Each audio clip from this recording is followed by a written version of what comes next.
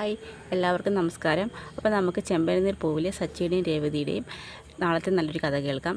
എല്ലാ ദിവസവും ഉച്ചയ്ക്ക് തന്നെ ചാനലിലൂടെ വീഡിയോ അപ്ലോഡ് ചെയ്യുന്നതാണ്. എൻ്റെ ചാനൽ ആദ്യമായി കാണുന്നവരാണെങ്കിൽ ഒന്ന് സബ്സ്ക്രൈബ് ചെയ്യണം. വീഡിയോ ഇഷ്ടപ്പെടുവാണെങ്കിൽ ലൈക്ക് ചെയ്യണേ, കമൻറ്റ് ചെയ്യണേ. സുധി അഭിലാഷ് സാറിനെ ഹോളിലോട്ട് ക്ഷണിക്കുകയാണ്. അങ്ങനെ രവിയെയും ചന്ദ്രമതി എല്ലാവരെയും പരിചയപ്പെടുത്തുന്നുണ്ട്. അതിനുശേഷം സുധി വന്നിട്ട് സുധിയുടെ കുറച്ച് ക്ലയൻറ്റ് ഉണ്ട്, എല്ലാവരെയും പരിചയപ്പെടുത്തുന്നു. അതിനുശേഷം പറയും, നിൻ്റെ സഹോദരങ്ങളെയൊക്കെ സിബ്ലിങ്സിനെ കാണണമെന്ന് പറയും. അങ്ങനെ ആദ്യം സച്ചിയെ വിളിക്കുന്നുണ്ട്. സച്ചിയെ വിളിച്ചപ്പോൾ സച്ചിയെ കണ്ടതും സച്ചി നല്ല കോട്ടും സൂട്ടൊക്കെ ഇട്ട് നല്ല ഗെറ്റപ്പിലൊക്കെ നിൽക്കുകയാണ്. അങ്ങനെ ഇംഗ്ലീഷിലാണ് കുറേ കാര്യങ്ങൾ ചോദിക്കുന്നുണ്ട്. സച്ചിക്ക് അതൊന്നും മനസ്സിലാവുന്നില്ല. അഭിലാഷ് സാർ ചോദിക്കുന്നത്, ഇത്ര ചെറുപ്രായത്തിൽ താങ്കൾ 30ഓളം കാറുകൾ ഓൺ ചെയ്തിട്ടുണ്ട്, അപ്പം അതിനെക്കുറിച്ച് ഓർത്ത് ഞാൻ അഭിമാനിക്കുന്നു, അങ്ങനെയൊക്കെയാണ് ചോദിക്കുന്നത്. പക്ഷേ ഇംഗ്ലീഷ് ആയതുകൊണ്ടാണ് സച്ചിക്കൊന്നും മനസ്സിലാവാത്തത്. അപ്പോൾ ബാക്കിൽ നിന്നുകൊണ്ട് തന്നെ സുധി പറയുന്നുണ്ട്, ഇങ്ങനെ തലയാട്ടാനും 30 കാറിനൊക്കെ പറയുന്നുണ്ട്. അപ്പം ഇതെല്ലാം കേട്ടിട്ട് സുധി പറയുന്നത് പോലെ തന്നെ സച്ചി തലയാട്ടുന്നുണ്ട്. അപ്പോഴത്തേക്ക് ചെറിയൊരു സ്റ്റാർട്ടിങ് ട്രബിളേ ഉള്ളായിരുന്നു. അതങ്ങോട്ട് കേട്ടപാടെ സച്ചി അങ്ങ് മറിക്കുകയാണ്.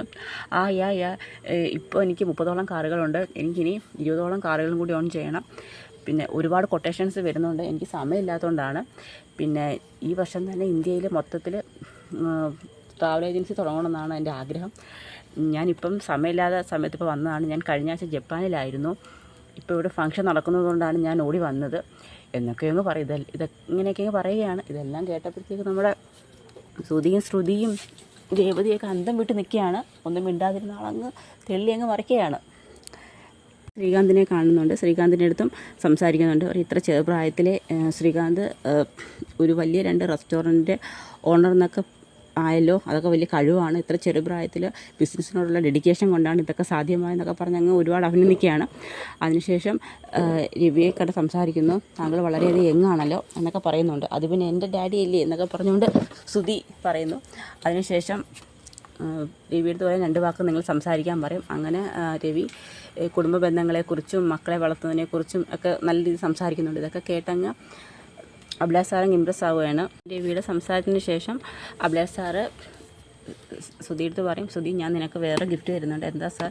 ഈ വർഷം നമ്മുടെ കേരളത്തിൽ ലോഞ്ച് ചെയ്യാൻ പോകുന്ന പ്രൊഡക്റ്റിൻ്റെ വിതരണം മൊത്തം നിനക്ക് തരാനാണ് ഉദ്ദേശിക്കുന്നത്.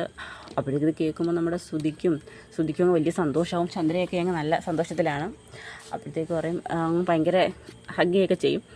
അപ്പോഴത്തേക്ക് മീര ഇങ്ങനെ ശ്രുതിയുടെ അടുത്ത് പറയുകയാണ്, മീരയെ സച്ചി മദ്യപിക്കുന്ന ലക്ഷണമൊന്നും കാണുന്നില്ലല്ലോ, എങ്ങനെയെങ്കിലും അവനെ മദ്യപിച്ചെങ്കിൽ മാത്രമേ എനിക്ക് അവൻ്റെ ഫോൺ കൈക്കലാക്കാൻ പറ്റത്തുള്ളൂ, അതിൻ്റെ വീഡിയോ ആരെങ്കിലും ഷെയർ ചെയ്യാൻ പറ്റത്തുള്ളൂ. ശ്രുതിയുടെ മനസ്സ് മൊത്തം എങ്ങനെയെങ്കിലും സച്ചിയെ കുളിപ്പിച്ച് കിടത്തണമെന്നാണ്. അപ്പോഴത്തേക്കും ട്രീറ്റൊക്കെ നൽകാനായിട്ട് അഭിലാഷ് സാറിനെ സുധി അങ്ങോട്ട് കൊണ്ടുപോവുകയാണ്. ആ സമയത്ത് ഡ്രിങ്ക്സൊക്കെ ഒഴിക്കും. സുധി എടുത്ത് പറയും, കഴിക്കുക സുധി. വേണ്ട സാർ, ഞാൻ കഴിക്കത്തില്ല. അങ്ങനെ പറയരുത്, ഇത്രയും വലിയൊരു ഫംഗ്ഷനൊക്കെ നടക്കുമ്പോൾ നിങ്ങൾ ചെറിയൊരു കമ്പനി കൊടുക്കേണ്ട എല്ലാവർക്കും. കമ്പനി കൊടുത്തെങ്കിലല്ലേ നിങ്ങൾക്ക് ഇത് കണക്കുള്ള പുതിയ ബിസിനസ് ഡീലൊക്കെ കിട്ടത്തോളം എന്ന് പറയും. അങ്ങനെ അവർ തമ്മിൽ ചെറുതായിട്ട് ഡ്രിങ്ക്സൊക്കെ കഴിക്കുന്നുണ്ട്. അപ്പോഴത്തേക്കും നമ്മുടെ ശ്രീകാന്ത് അങ്ങോട്ട് വരും. ശ്രീകാന്ത് പറയും, ശ്രീകാന്ത് എപ്പോൾ നീയും വന്നിരിക്കാനൊക്കെ പറയും. അപ്പോഴത്തേക്ക് നമ്മുടെ ആനന്ദൻ കുറേ ഫോറിൻ കുപ്പികളൊക്കെ ആയിട്ട് ഇങ്ങനെ നടന്നു വരുന്നുണ്ട്. ഉടനെ സച്ചിക്ക് ഇതൊക്കെ കാണുമ്പോൾ അങ്ങ് എന്തോന്നറിയാൻ വേഗം വെപ്രാളമാണ്. പക്ഷേ രേവതി പറഞ്ഞിട്ടുണ്ട്, ചേട്ടാ കഴിക്കലെന്ന് പറഞ്ഞിട്ടുണ്ട്. സച്ചിക്ക് കഴിക്കാൻ പറ്റത്തുമില്ല. സച്ചിക്ക് എന്തോ ചെയ്യണമെന്നറിയില്ല. സച്ചി അവിടെ ഇങ്ങനെ ഭയങ്കര പിരിമുറുക്കത്തോടു കൂടി ഇരിക്കുകയാണ്. അപ്പോഴത്തേക്ക് ഫംഗ്ഷനൊക്കെ ഒരുവിധം തീരാറാവും. ഉടനെ രവിയൊക്കെ പോകാനൊരുങ്ങും. അങ്ങനെ അവരുടെ കൂടെ സച്ചിയും പോകാനൊരുങ്ങുമ്പോഴത്തേക്ക് പറയും, മീരെ സച്ചി പോകാൻ പോവുക, എന്തോ ചെയ്യും? അവൻ പോയാൽ എങ്ങനെ നിന്ന് അവൻ്റെ ഫോൺ കൈക്കലാക്കാൻ പറ്റത്തില്ല. ഇത്രയും കാശ് ചിലവാക്കി ഫംഗ്ഷൻ നടത്തുന്നത് തന്നെ അവൻ്റെ ഫോൺ എങ്ങനെയെങ്കിലും കൈക്കലാക്കാൻ വേണ്ടിയാണ്. നീ ഒരു കാര്യം ചെയ്ത് എന്നാൽ രേവതി എങ്ങനെയെങ്കിലും പിടിച്ച് ഇവിടെ ഇരുത്തും, അവളുണ്ടെങ്കിൽ അവൻ പോകത്തില്ലെന്ന് പറയും. അപ്പം രവി പറയും, നീ ഇപ്പോൾ വന്നാലെങ്ങനെയാണ്? ശ്രീകാന്തും സുധിയൊക്കെ ഇവിടെ നിൽക്കുമല്ലേ സച്ചി, നീയും കൂടി ഇവിടെ നിൽക്കുക, ഫംഗ്ഷനെല്ലാം കഴിഞ്ഞ് നിങ്ങളെല്ലാവരും കൂടി ഒരുമിച്ച് വന്നാൽ മതി, ആ സാറ് അവിടെ ഇരിപ്പില്ലേ എന്നൊക്കെ പറയും. എനിക്ക് ശരി അച്ഛാന്ന് പറയും. അതിനുശേഷം രേവതിയെ വിളിച്ചു പറയും, രേവതി ഞാനിവിടെ ഇരിപ്പുണ്ടെന്നൊക്കെ പറയും. സുധിയുടെ ഒരു ക്ലയൻറ്റ് അവിടെ മൊത്തത്തിലങ്ങ് മദ്യപിച്ച് നിൽക്കുകയാണ്. അപ്പോഴത്തേക്ക് അയാൾ വന്ന് സച്ചിയോട് സംസാരിക്കുകയാണ്, നിങ്ങൾ മദ്യപിച്ചിട്ടില്ലേ? അല്ലേ, ഇല്ല. അതുകൊണ്ട് എനിക്ക് നിങ്ങളോട് സംസാരിക്കാൻ വലിയ ഇഷ്ടം. മദ്യപിച്ചവരോട് സംസാരിക്കാൻ പറ്റത്തില്ല. പറയുന്ന പുള്ളി നല്ലോണം മദ്യപിച്ചിട്ടുണ്ട്.